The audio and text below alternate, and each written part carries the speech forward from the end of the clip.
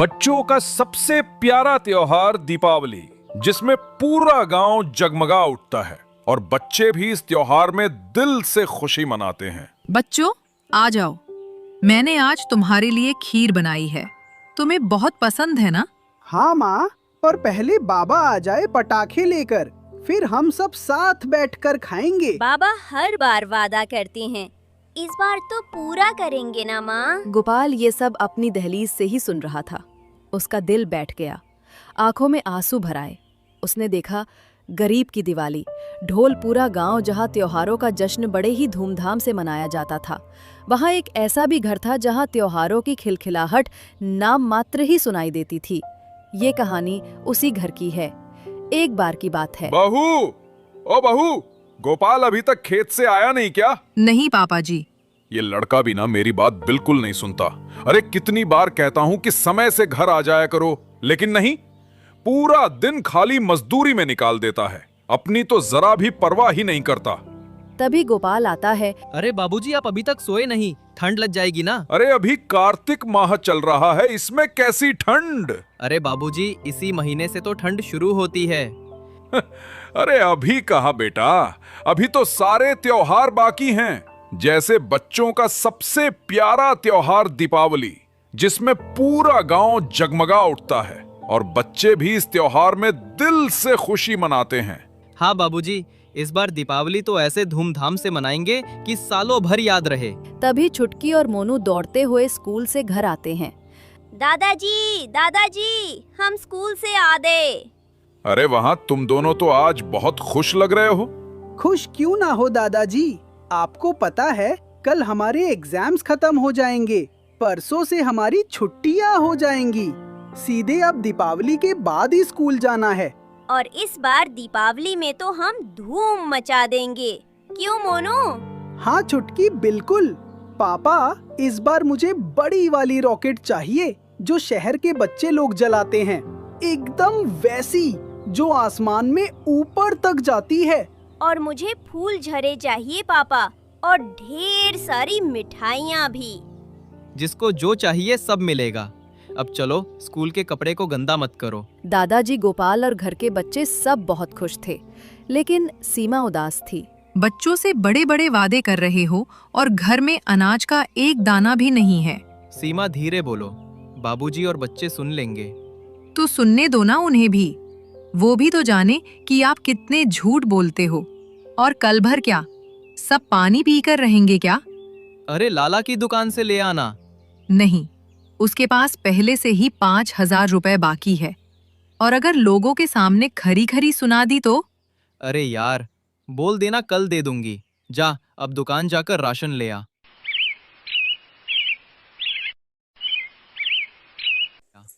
सीमा ration लेने के लिए पास में ही लाला की दुकान पर जाती है। अरे आओ आओ आओ सीमा बहन, कैसी हो? लाला जी, मुझे आटा और चावल चाहिए। घर का सारा राशन खत्म हो गया है।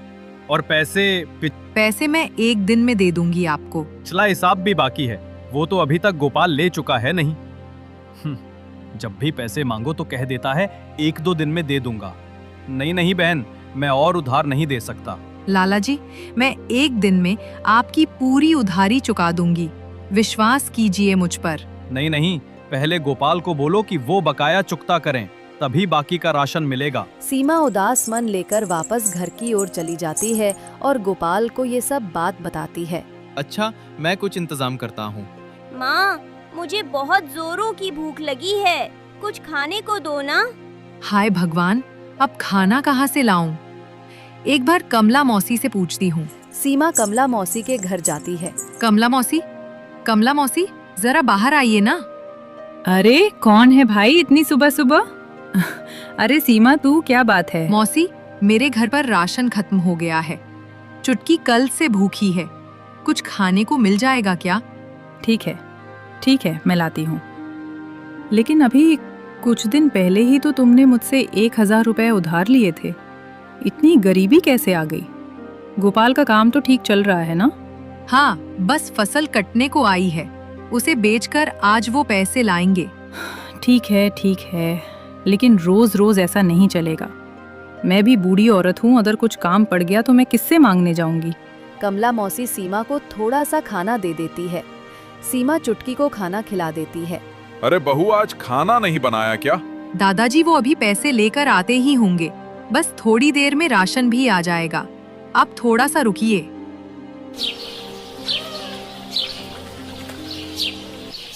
गोपाल अपने खेतों में जाकर फसल काटता है और मन ही मन सोचता है, इतनी सारी फसल काटने में तो सुबह से शाम हो जाएगी। अभी राशन लाने जितनी फसल काट लेता हूँ, बाकी की फसल मैं कल काट लूंगा। वैसे भी दीपावली आ तो रही है। गोपाल फसल काटकर शहर में बेच आता है और लाला की दुकान से ढेर सारा राशन ले आता है। अच्छा किया जी जो आप जल्दी आ गए। दादाजी भी भूखे थे।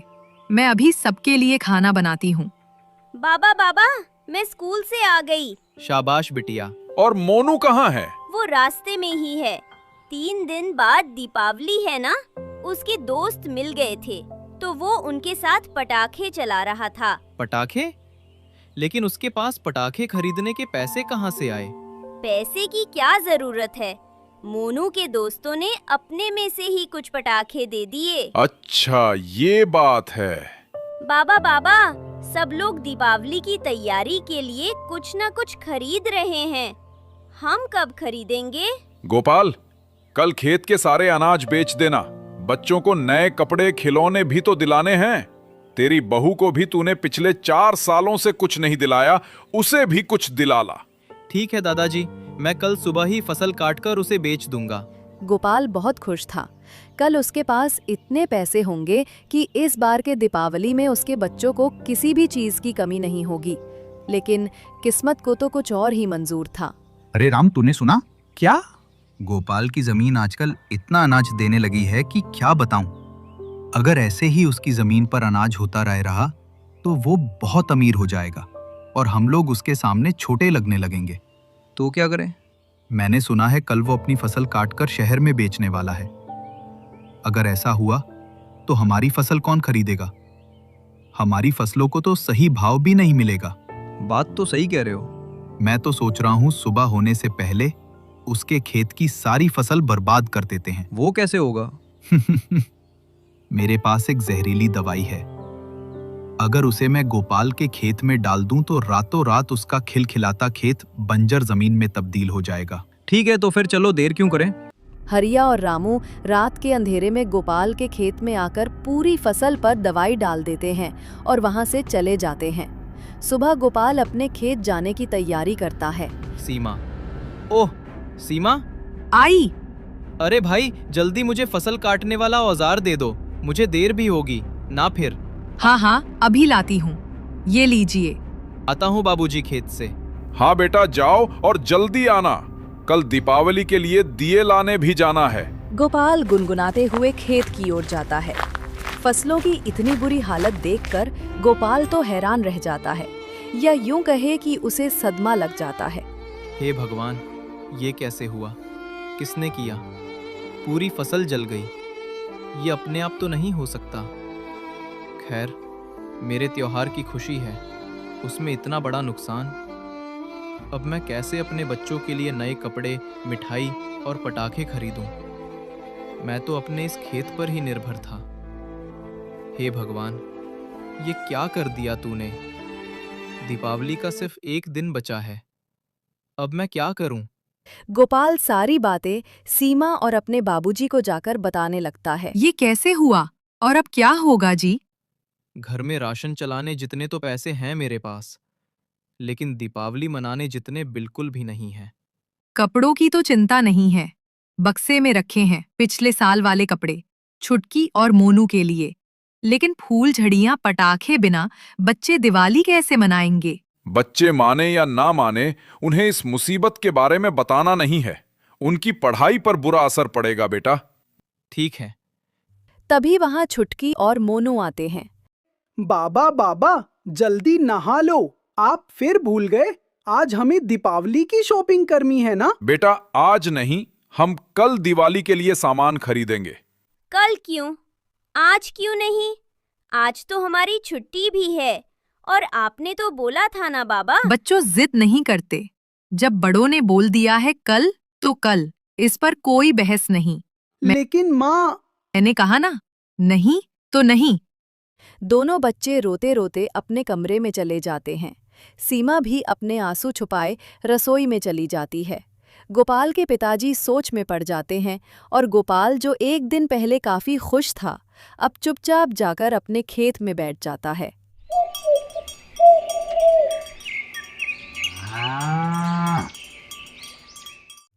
सुबह से शाम हो जाती है। गोपाल अपने खेत पर ही बैठा रिलेटता है। तभी वहां हरिया और रामू आते हैं। गोपाल, ओ गोपाल, क्या हुआ? यहाँ क्यों बैठा है? अपने बच्चों के लिए मिठाइयाँ और पटाखे लेने शहर नहीं जाएगा क्या? गोपाल कोई जवाब नहीं देता। अरे ये क्या खरीदेगा? जिंदगी भर तो अपने बच्चों को बस गरीबी ही दी है इसने। चलो छोड़ो हमारे बच्चों के लिए, हम तो कुछ करें। इससे तो अपने परिवार के लिए कुछ नहीं होगा। गोपाल को ताना मारकर हरी और रामू वहां से चले जाते हैं। दीपावली का दिन आता है। माँ, बाबा कहाँ गए हैं? सुबह से दिखाई नहीं दे रहे। हमें पटाखे लेने जाना है ना? बेटा, पापा अभी आते ही होंगे। आज तो बावली है। आज भी उन्हें अपना काम प्यारा है। क्या हमारी खुशी की इस घर में किसी को परवाह नहीं? गोपाल अकेला पहाड़ों पर बैठा सोच रहा था कि पैसे कहाँ से लाऊं। तभी वहां एक हाथी आता है और उस हाथी के साथ एक छोटी सी बच्ची रहती है। वो बच्ची गोपाल से पूछती है, गोपाल, तुम यहाँ इतने उदास क्यों बैठे हो? तुम इतनी छोटी हो और मुझे मेरे नाम से पुकार रही हो। मैं हर उस इंसान को उसके नाम से बुलाती हूँ, चाहे वो बड़ा बुजुर्ग रहे या फिर कोई बच्चा। बड़ों को आप कहना चाहिए। अच्छा वो सब छोड़ो, ये बताओ तुम यहाँ उदास क्यों बैठे हो? क्या करोगी तुम जानकर? तुम्हारी मदद। तुम इतनी सी बच्ची मेरी मदद करोगी? जानती हो मेरे ऊपर कितना बड़ा बोझ है। और फिर तुमने तो खुद फटे पुराने कपड़े पहन रखे हैं। तुम मेरी क्या मदद कर पाओगी? तुम बताओ तो, मेरे बस का होगा तो जरूर करूंगी। गोपाल अपने खेत के बारे में, अपने बच्चों के बारे में और अपने परिवार के बारे में सारी बातें बताता है। बस इतनी सी बात? ये बात तुम्हें इतनी सी बात लग रही है? अभी घर जाऊंगा तो बच्चों को मिठाइयाँ, कपड़े, खिलौने, पटाखे लेकर आने होंगे। कहाँ से लाऊंगा? बोलो, क्या दोगी तुम? क्या तुम दोगी? हाँ, मैं दूंगी। बेटा, मजाक मत करो और जाओ अपना काम करो। वैसे ही मैं बहुत दुखी हूँ। मेरा मतलब है, सीधे तुम्हें नहीं दे सकती, लेकिन रास्ता बता सकती हूँ जिससे तुम्हारी जरूरतें पूरी हो सके। सुन लेता हूँ। वैसे भी तो मैं खाली ही बैठा हूँ। सामने वो जंगल दिख रहा है। हाँ, वहाँ जाओगे तो तुम्हें एक कमल का फूल मिलेगा। उसे उठाना और उसे जमीन तक चलते रहना जब तक तुम्हें सोने से भरी एक मटकी ना मिल जाए। सोने से भरी मटकी? हाँ बेटा, ये कहानी तुम बच्चों को सुनाओ। वो इस कहानी पर तुम्हारे लिए तालियां भी बजाएंगे। कहानी खत्म नहीं हुई, अभी आगे और है। वहाँ से वो मटकी निकालना इतना आसान नहीं है। मैं घर जा रहा हूँ, शाम होने आई है। बच्चों को भी समझाना है। ठीक है, तुम्हें मेरी कहानी झूठी लग रही है तो कोई बात नहीं, जा सकते हो। झूठी? एक एक शब्द तुम झूठ बोल रही हो। जंगल में भला सोना होता है क्या? बड़ा वहाँ पेड़ पौधे, मिट्टी, जानवर, इनके अलावा फूटी कौड़ी नहीं होगी। गोपाल उस बच्ची की बातों को आधे में ही काटकर घर की तरफ चला जाता है। मन ही मन बड़बड़ाता है, जंगल में सोना मटकी? कमल का फूल? कैसी अजीब सी बातें करती है बच्ची। शायद भूख से पागल हो गई है। जैसे ही गोपाल घर के दरवाजे पर पहुंचता है, देखता है मोनू और छुटकी आंगन में बैठे उसकी राह देख रहे हैं। दोनों बच्चों की आंखों में उम्मीद थी कि उनके बाबा हाथ में मिठाइयाँ और पटाखे ले आएंगे। सीमा भी अंदर से आवाज लगाती है, बच्चों आ जाओ, मैंने आज तुम्हारे लिए खीर बनाई है, तुम्हें बहुत पसंद है ना? हाँ माँ, पर पहले बाबा आ जाए पटाखे लेकर, फिर हम सब साथ बैठकर खाएंगे। बाबा हर बार वादा करते हैं, इस बार तो पूरा करेंगे ना माँ? गोपाल ये सब अपनी दहलीज से ही सुन रहा था। उसका दिल बैठ गया, आंखों में आंसू भर आए। उसने देखा सीमा भी मुस्कुराते हुए बच्चों को संभाल रही है, लेकिन अंदर ही अंदर वो भी टूटी हुई थी। हे भगवान, अगर आज भी बच्चों का मन नहीं रख पाया तो उनका भरोसा मुझसे उठ जाएगा। वो उल्टे पांव मुड़ गया, घर में कदम भी नहीं रखा और फिर से पहाड़ की ओर चल पड़ा जहां उसे वो रहस्यमय बच्ची मिली थी। रास्ते में चलते हुए उसका मन बदलता रहा। क्या सचमुच जंगल में वो सब होगा, या बच्ची मेरा मजाक उड़ा रही थी? लेकिन बच्ची की आंखों में वो उम्मीद, मैं उन्हें निराश नहीं कर सकता, चाहे ये सब झूठ ही क्यों ना हो। मुझे कोशिश करनी होगी। सूरज अब डूब रहा था, आकाश लालिमा से भर चुका था। गोपाल तेज कदमों से पहाड़ चढ़ता गया। जैसे ही वो ऊपर पहुंचा, उसे वही हाथी और वही बच्ची खड़ी दिखी। बच्चे मुस्कुराते हुए बोली, आ ही गए, मैं जानती थी तुम जरूर लौटोगे। तुझे कैसे पता चला? तू सच्चे दिल से परिवार से प्यार करता है, वो कभी हार नहीं मानता। तुम्हारे बच्चों का विश्वास तुम्हें यहाँ तक खींच लाया है ना? गोपाल को समझ नहीं पाया, लेकिन इस बार उसने बच्ची की बात ध्यान से सुनने का फैसला किया। गोपाल, तुम थोड़ा यकीन रखो मुझ पर, मेरी बात ध्यान से सुनो। जैसे ही तुम उस मटकी को वहाँ से निकालोगे, तुम्हारा रास्ता रोकने के लिए हाथी होगा, लेकिन अगर तुम उसे लड्डू दे दोगे तो वो तुम्हें कुछ नहीं करेगा। ठीक है, मैं जाता हूँ, अब जो होगा देखा जाएगा। लेकिन मेरी एक बात समझ में नहीं आई, तुम भी तो गरीब हो। मैं और गरीब? हाँ, तुमने जो कपड़े पहने हैं वो कितने पुराने हैं, जगह जगह से फटे हुए हैं। हाँ, तो ये कि क्या तुम्हें जरूरत धन की नहीं है?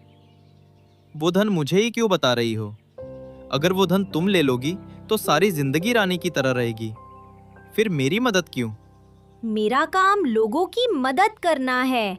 ठीक है, वैसे भी अभी मुझे पैसों की बहुत जरूरत है, मैं जाता हूँ। गोपाल उस जंगल की ओर निकल पड़ता है जहां जोरों से झरमों की आवाज आ रही थी। बंदर टहनियों पर कूद रहे थे।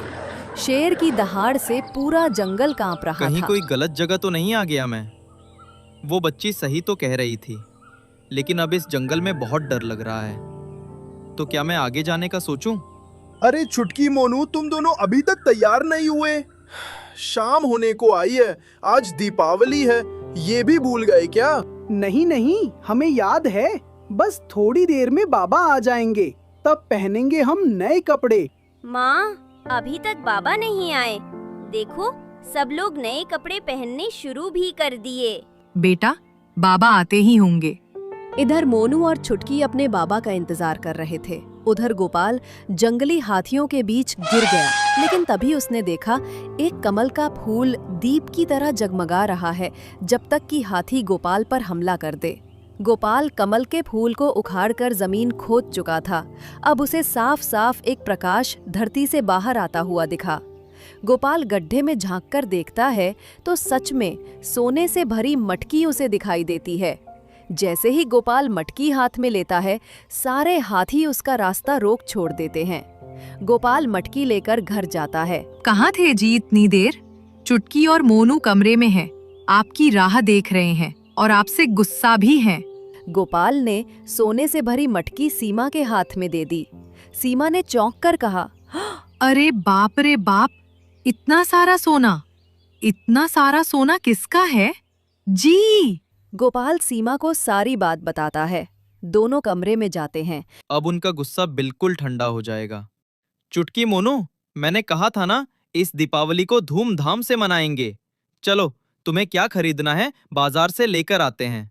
गोपाल अपने बच्चों को, अपनी पत्नी सीमा को, अपने बुजुर्ग पिता को हर वो चीज दिलाता है जो उस गांव के धनी लोगों के पास थी।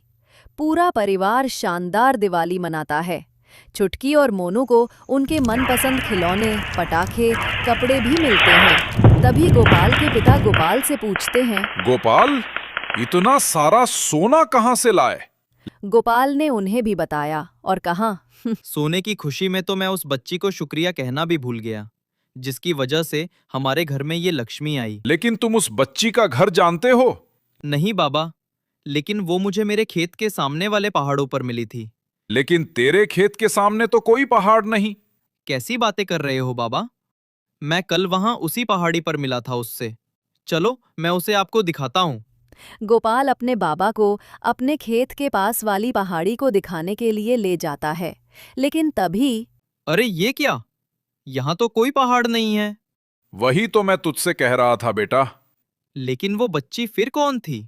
बहुत समय पहले की बात है बेटा, जब माता लक्ष्मी पहाड़ों पर रहती थी। दुष्टों ने उनसे उनका धन छीनना चाहा, तो माता लक्ष्मी ने हाथियों को वो धन छुपाने के लिए दे दिया। तब से धन उसी जमीन पर वैसा ही पड़ा है। कमल फूल माता लक्ष्मी का संकेत है और हाथी गणेश जी का। मतलब वो बच्ची मुझे पहाड़ों पर मिली थी, वो साक्षात? हाँ गोपाल। तभी वो मुझे मेरे नाम से पुकार रही थी। जब मैंने उनसे कहा कि मैं आपसे बहुत बड़ा हूं, पिता समान हूं, मुझे नाम लेकर ना पुकारे, तो पता है उन्होंने क्या कहा? क्या? यही कि मैं सबको नाम से बुलाती हूं। वो माता लक्ष्मी ही थी बेटा। लेकिन ये धन तो वो किसी और को भी दे सकती थी, मुझे ही क्यों चुनाव इसके लिए? क्योंकि लोगों का कहना है माता किसी का बुरा ना चाहने वाले और सच्चे लोगों की जल्दी सुनती है। और फिर तेरे सामने सारे दरवाजे बंद हो गए थे, इसलिए माता ने तुम्हारी मदद की होगी। आखिर हम सब उनके बच्चे ही तो हैं। एक और सवाल बाबा मेरे मन में है। बोलो। इतनी पुरानी बात आपको कैसे पता? ये बात तो आपके जन्म से भी पहले की लगती है। बेटा, जन्मों जन्म से ये किस्सा हर बाप अपने बेटे को पीढ़ी दर पीढ़ी सुनाता आया है, और आज ये बात सच भी हो गई। कल तक आज के नौजवान इसे सिर्फ एक कहानी मानते थे। लेकिन मेरे खेत में अचानक ये कैसे हुआ? पता चला है कि हरिया और उसके साथी ने मिलकर तुम्हारी जमीन के साथ ऐसा किया था, लेकिन अब मुखिया ने उसे गांव से बाहर निकाल दिया है। और मुझे लगता है ये माता लक्ष्मी की कृपा से हुआ है। और नहीं तो क्या, भगवान की मर्जी के बिना एक पत्ता भी नहीं हिलता। तुझे तो उसी वक्त समझ जाना चाहिए था जब उसने पैसे लेने से मना किया था। मैंने सोचा ऐसे ही नहीं ले रही होंगी। शायद उसको सोने का ज्ञान नहीं, इसीलिए नहीं ले रही होगी। गोपाल को अब यकीन हो गया था, माता लक्ष्मी ने ही ये उपकार किया है उस पर। गोपाल और दादाजी घर चले जाते हैं और हर दिवाली को लक्ष्मी माता की पूजा बहुत ही धूमधाम से करते। रामनगर के छोटे से गांव में मिट्टी की गलियां, खपड़ैल की छतें और चारों ओर खेत खलिहान फैले हुए थे। उसी गांव के छोर पर रहता था रामलाल। राम सिंह गांव का सीधा साधा किसान था, जिसने जिंदगी भर हल चलाया, मगर किस्मत के मार से कर्ज में डूब गया। साहूकार काशीनाथ का उद्धार उस पर पहाड़ बनकर बैठा था। घर में उसकी भोली भाली पत्नी लीलावती, जो हर बात पर भगवान का नाम लेती, और उनका एक जवान बेटा राघव, जो गांव भर में अपनी मेहनत और जिद के लिए जाना जाता था।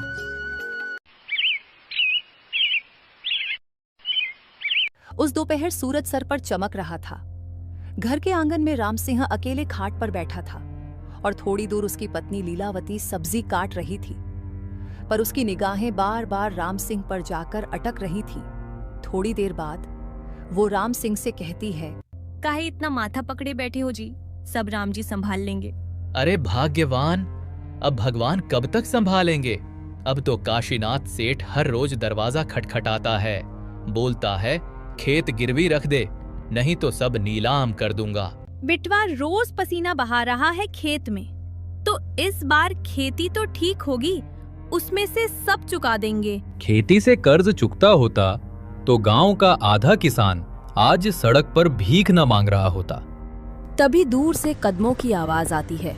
काशीनाथ आता दिखता है, सफेद चमकता धोती कुर्ता और चेहरे पर अकड़, आंखों में तिरस्कार। अरे ओ राम सिंह, कहाँ छुपा बैठा है रे तू? राम सिंह घबराकर खाट से खड़े होकर कहता है, राम राम सेठ जी। राम राम। छोड़ मेरा रुपया कहाँ है? कब से कह रहा हूँ उधारी उतार या फिर खेत मेरे हवाले कर। सेठ जी थोड़ी मोहलत और दे दो, इस बारिश ने धोखा दे दिया है। फसल चौपट हो गई है, अगली बार मेहनत करके सब चुका दूंगा। क्या रे राम सिंह, तेरा ये अगली बार सुनते सुनते मेरे कान पक गए। गरीब की जुबान से निकली कसम ज्यों की त्यों टूट जाती है। सुन ले, अगर अगले महीने तक रुपया नहीं मिला तो तेरे खेत पर मेरा झंडा गाड़ दूंगा। आस पड़ोस के 2-3 गांव वाले भी चौपाल से लौटते लौटते राम सिंह के आंगन पर रुक गए और तमाशा देखने लगे। राम सिंह शर्म से गर गया। तभी अंदर से राघव निकला।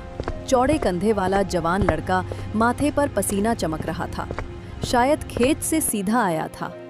काशीनाथ काका, इतना ताना मार मार के काहे बापू को रुलाते हो? खेत नहीं बिकेगा, ये बात आप गांठ बांध लो। काशीनाथ राघव की ओर घूरते हुए बोला, अरे छोरे, तेरी औकात क्या है?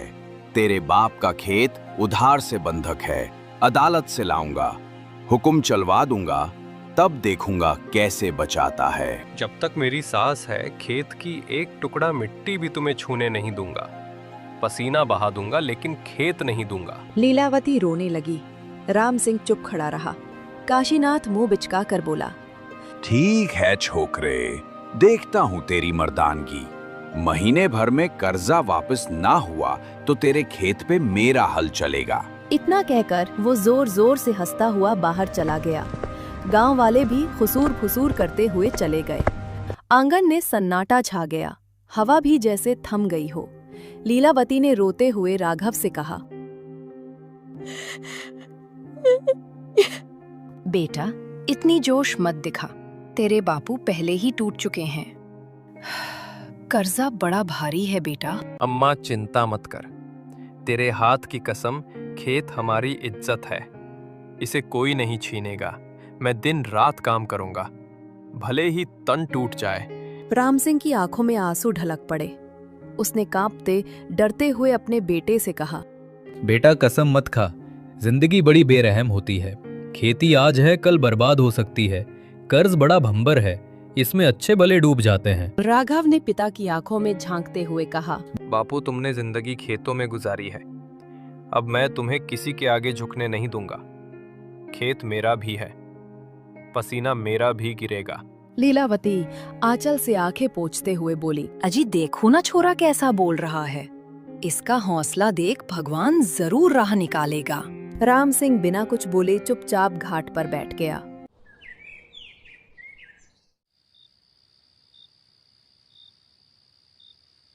उस रात पूरा घर चुप रहा।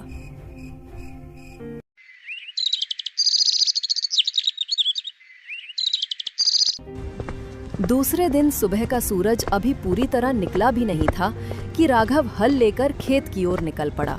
खेत के मेड़ पर ओस अभी भी चमक रही थी।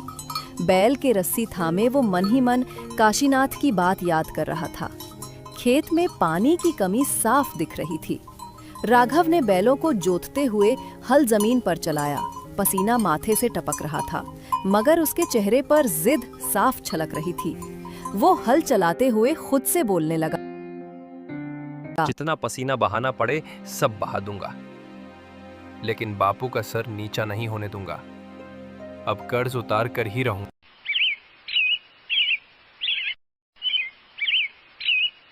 थोड़ी देर बाद गांव के 2 आदमी वहां से गुजरे। चौपाल की ओर जा रहे थे। खेत में राघव को हल चलाते देखा और वहां रुक गए। अरे देखो तो ये राम सिंह का छोरा सोचता है अकेले मेहनत से साहूकार का कर्जा चुक जाएगा। काफी बड़े सपने देख रहा है। हाँ, जवान खून है, जोश में है। 2-4 दिन हल जोतेगा, फिर समझेगा कर्जा थोड़ा नहीं पूरा पहाड़ है। दोनों हंसते हंसते आगे बढ़ गए।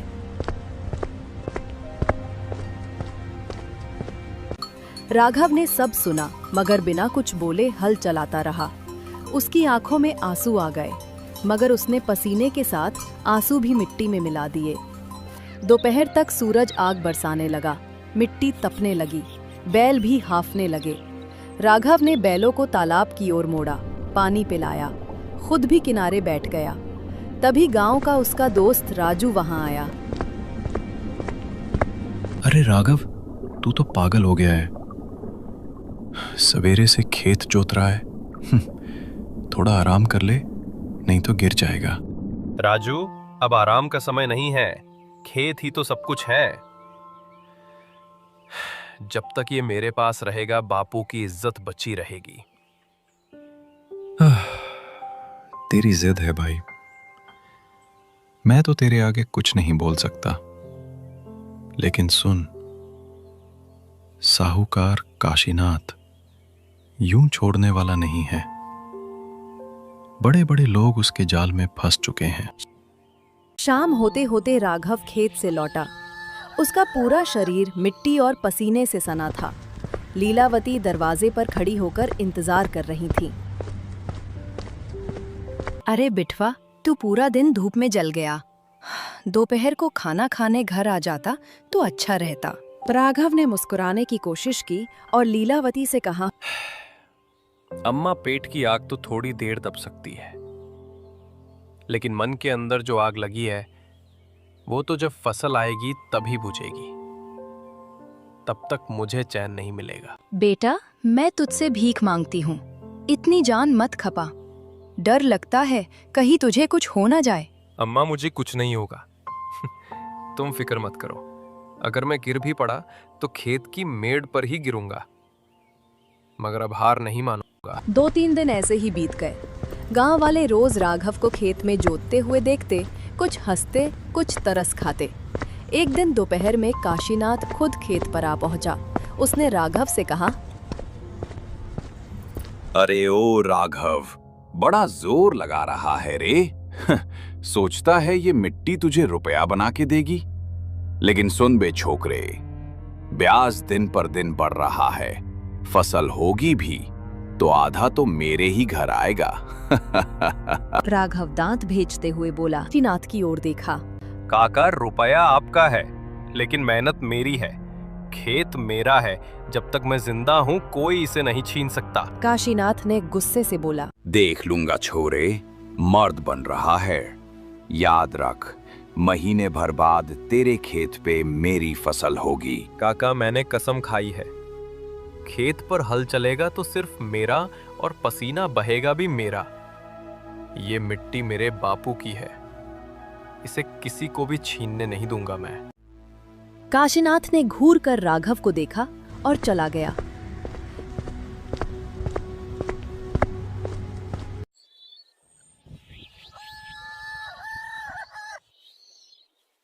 रात को आंगन में राम सिंह खाट पर बैठा था। लीलावती पास में रो रही थी। लीलावती, मुझे डर लग रहा है। हमारा छोरा पागल हो रहा है। ना जाने खेत उसका सहारा बनेगा या जाल। तुम देख नहीं रहे, हमारे छोरे की आंखों में आग है। शायद भगवान इसी के हाथ से कोई चमत्कार करवाएंगे। राघव भी वहीं बैठा सब सुन रहा था। उसने पिता के पास आकर कहा, बापू, तुम हिम्मत हार रहे हो, मगर मैं नहीं हारूंगा। उसने आपका अपमान किया है, इसीलिए अब मैं उस काशीनाथ की हंसी जरूर मिट्टी में मिला दूंगा। ऐसा सुनकर राम सिंह की आंखें छलक पड़ी। वो कुछ नहीं बोले। अगले ही दिन से राघव ने और भी ज्यादा मेहनत शुरू कर दी। सुबह सूरज उगने से पहले ही उठना, बैलों से खेत को जोतना, पानी से सिंचाई करना, खेत के मेड़ दुरुस्त करना, सब कुछ अकेले करता। गांव वाले अब मजाक से ज्यादा हैरान होने लगे।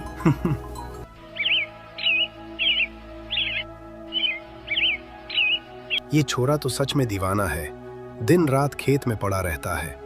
कहीं सचमुच फसल कुछ कर गई तो? दूसरा आदमी चुप रहा।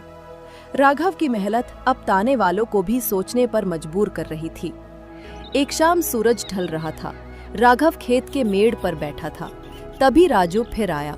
भाई, तुझे देख के गांव वाले अब बातें बदलने लगे हैं। लोग कह रहे हैं अगर मेहनत का फल मिलता है तो तुझे जरूर मिलेगा। राघव थकान से मुस्कुराया। राजू, यही तो मेरा यकीन है। मेहनत कभी धोखा नहीं देती। देख लेना, ये खेत हमें हरा भरा करेगा।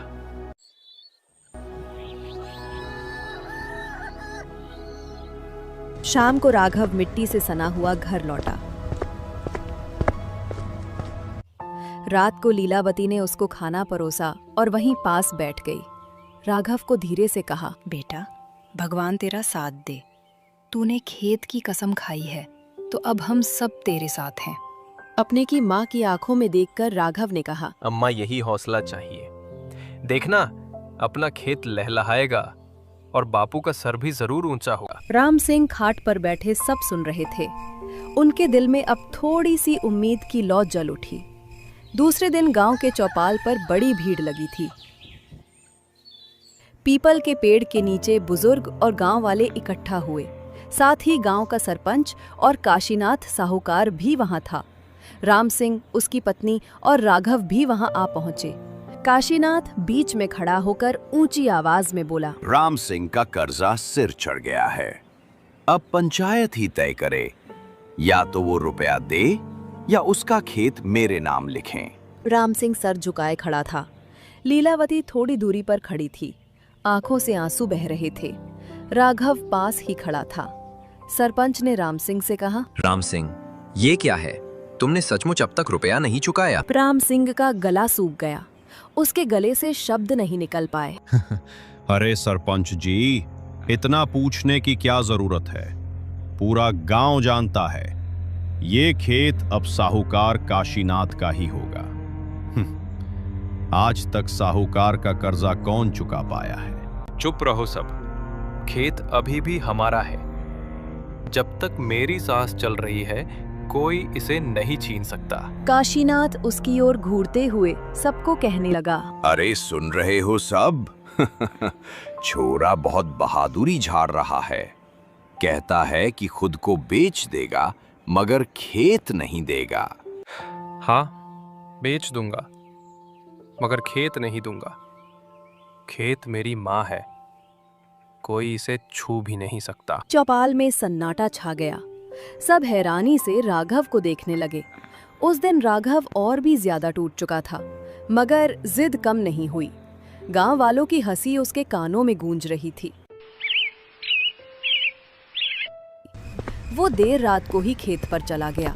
चांदनी रात में अकेले हल के पास बैठ गया और खुद से ही बुदबुदाने लगा। सब हंस रहे हैं मुझ पर, लेकिन देखना, यही लोग एक दिन मेरी मेहनत को सलाम करेंगे।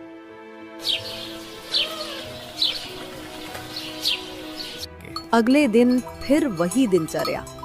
खेत, बैल, हल और पसीना। मगर अब थकान और बढ़ गई थी। राघव खेत के मेड़ पर गिर पड़ा। हाथ कांप रहे थे, सांसें तेज चल रही थी। उसी वक्त लीलावती खेत पर पहुंची। बेटे को मिट्टी से लथपथ पड़ा देखा तो जल्दी पास आकर फूट फूट कर रोने लगी। हाय दैया, बिटवा उठ। तेरे ऊपर कर्जा है, बोझ है, पर तू जान मत गवा। हम भूखे रह लेंगे मगर तुझे खो नहीं सकते। राघव ने मुश्किल से आंखें खोली। उसके होठ सूख गए थे। वो धीरे से बोला, अम्मा, मैं हारूंगा नहीं। अगर गिरा भी तो खेत की मेड़ पर ही गिरूंगा। अब गांव में बातें और भी तेज होने लगी। ये छोरा पागल हो गया है। हाँ, दिन रात खेत में जान दे रहा है। खेत से कर्जा उतरता तो आज तक कोई किसान कंगाल ना होता। लेकिन उसकी मेहनत तो देखो, इतनी लगन तो किसी ने नहीं दिखाई। हो सकता है भगवान इसी का साथ दे। गांव दो हिस्सों में बट गया। कुछ लोग ताने मारते, कुछ धीरे धीरे राघव के पक्ष में खड़े होने लगे। थोड़े दिन बाद एक शाम चौपाल पर फिर पंचायत लगी।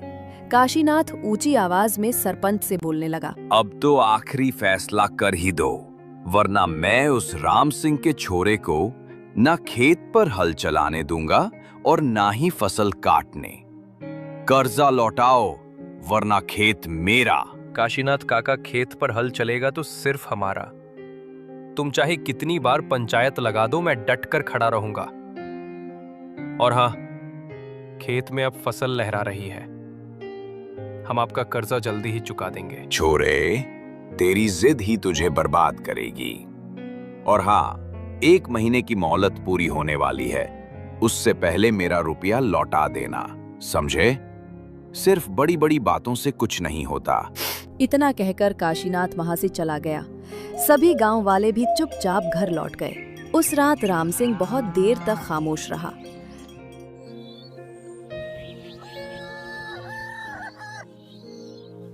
खाट पर बैठकर सोचता रहा। अंत में बोला, लीलावती, मुझे डर है कहीं बेटा खुद को मिट्टी में ना मिला दे। उसकी जिद उसे खा जाएगी। यही टैस की ताकत है जी। तुम देखना, एक दिन उसकी मेहनत जरूर रंग लाएगी। राम सिंह ने लंबी सांस ली। अंदर से वो भी बेटे पर गर्व करने लगा। राघव रात को आंगन में खटिए पर लेट रहा था। उसने लेटे तारों की ओर देखा और धीरे धीरे बुदबुदाने लगा। हे भगवान, मुझे तोड़ मत देना। माँ बाप की इज्जत का सवाल है। खेत बचाना ही मेरी जिंदगी है। मगर दिल का बोझ नींद से भी बड़ा था। दूसरे दिन सुबह खेत के मेड़ पर खड़ा राघव दूर तक फैली हरियाली देख रहा था। गेहूं की बालियां हवा में झूम रही थी। चेहरे पर थकान के बावजूद संतोष दिख रहा था। धरती माँ, तूने मेहनत का फल दिखा दिया। अब ये फसल ही हमारी इज्जत बचाएगी। इतने में राजू खेत पर आ पहुंचा। उसने हंसते हुए चारों ओर देखा और राघव से कहा, अरे वाह भाई, तेरे खेत की तो रंगत ही बदल गई। सच कहूं, इतना हरा भरा खेत गांव में किसी का नहीं है। राजू, ये मेरे खून पसीने का रंग है। मैं तो दिन रात मिट्टी में घुल गया हूं। हाँ भाई, गांव वाले अब धीरे धीरे तेरी तारीफ करने लगे हैं। कल ही चौपाल पर लोग कह रहे थे कि अगर मेहनत रंग लाती है तो राघव का खेत जरूर लहलाएगा। ऐसा सुनकर राघव की आंखें चमक उठी।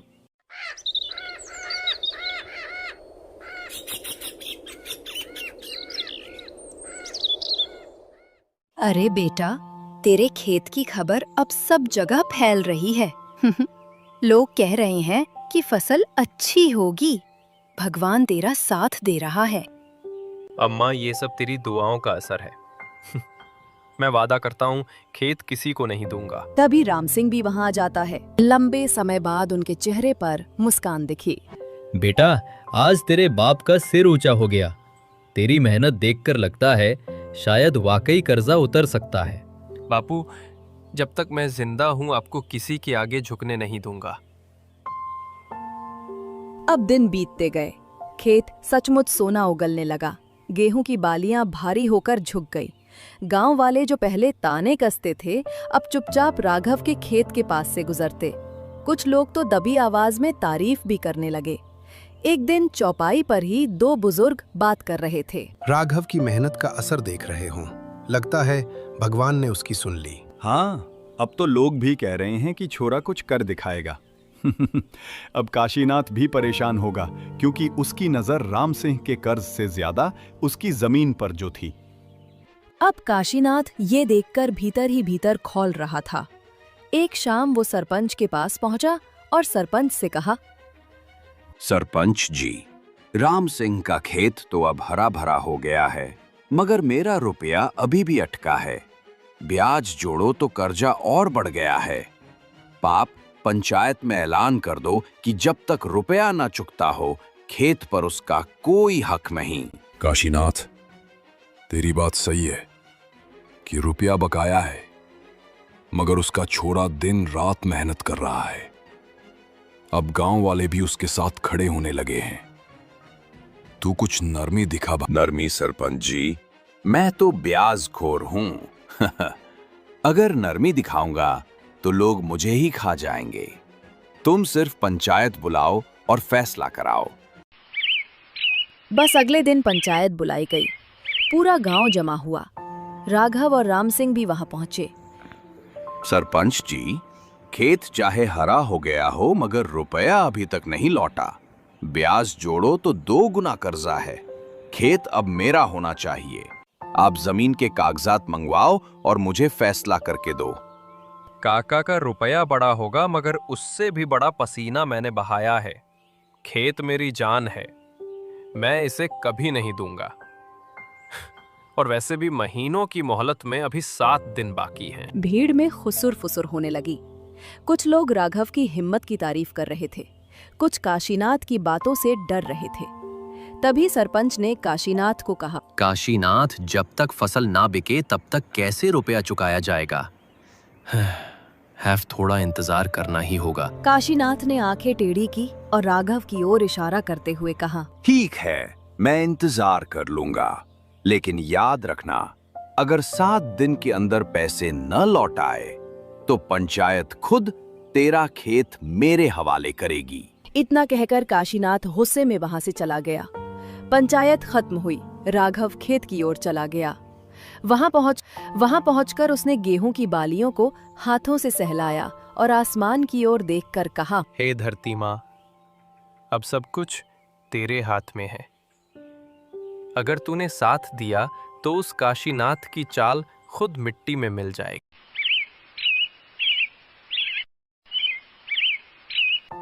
उस रात राघव खेत से घर जल्दी आ गया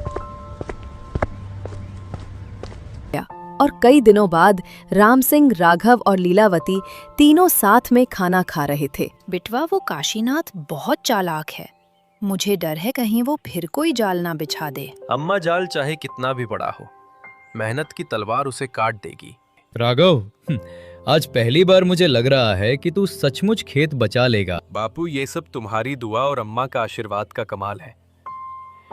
अब ये फसल ही हमारी ढाल बनेगी, और जब तक ये फसल खड़ी है, हमारे हौसले भी खड़े रहेंगे। दिन बाद राघव अपने बापू और अम्मा को खेत दिखलाने ले गया। खेत में सुनहरी फसल लहरा रही थी। गेहूं की बालियां पक कर झूम रही थी। हवा में उनकी खुशबू पूरे गांव में फैल रही थी। अम्मा, बापू देखो, मेहनत रंग लाई है। ये खेत अब हमारी इज्जत वापस करेगा। बेटा, तेरी मेहनत देखकर अब सीने की आस बंधी है। मैं बाप होकर भी तुझे कुछ ज्यादा ना दे सका, मगर तूने तो बाप का मान रख लिया। बापू, ये खेत तुम्हारी जान है तो मेरी भी जान है। इसे कोई नहीं छीन सकता।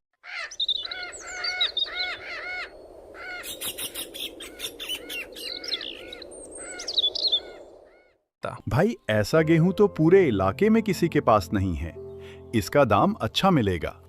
जो पहले ताने कसते थे, वही अब खामोशी से दराते चलाते हुए उसके साथ खड़े थे। गांव के कई नौजवान राघव की मदद करने आ गए। जो पहले ताने कसते थे, वही अब खामोशी से दराते चलाते हुए उसके साथ खड़े थे। कटाई के बीच राजू ने राघव को हंसते हुए कहा, भाई, अब तो तेरे खेत की फसल देख के गांव वाले भी दांतों तले उंगली दबा रहे हैं। अब वो साहूकार चाहे जितना मुंह फुलाए, अब उसकी नहीं चलेगी। राजू, अभी असली इम्तिहान बाकी है। मंडी में अच्छे दाम मिलना जरूरी है, तभी तो कर्जा उतरेगा।